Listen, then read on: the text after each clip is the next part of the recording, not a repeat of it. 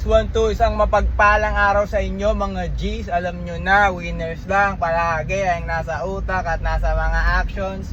So, bagong thoughts bro. Minsan, masyado tayong active sa mga nangyayari agad. Kailangan tanggalin natin yung pagka-reactive natin sa mga situations na mga nangyayari sa mga paligid natin. Kasi hindi naman kailangan maging reactive agad eh.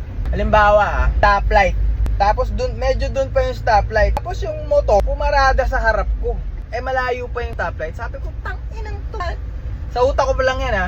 Hindi pa ako nag-react na, oy, yun ba? Gano'n, kapang gano'n. Sabi ko, tanginang to, ba't pumarada to sa harap ko? Ang layo pa ng stoplight. Sabi ko, hindi mo na ako magre-react. So, hindi ako nag-react. So, binagbigyan ko lang ng time. Kasi maghihintay ka lang naman sa stoplight na pula eh.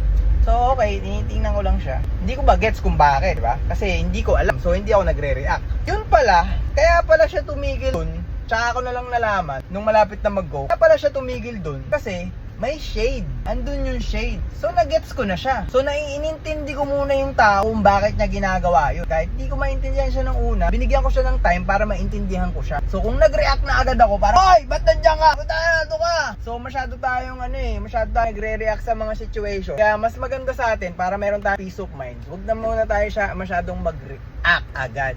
Intindihin nyo muna kung maiintindihan nyo kung bakit ganyan yung mga situation. Peace of mind, you know what I'm saying? Winners lang.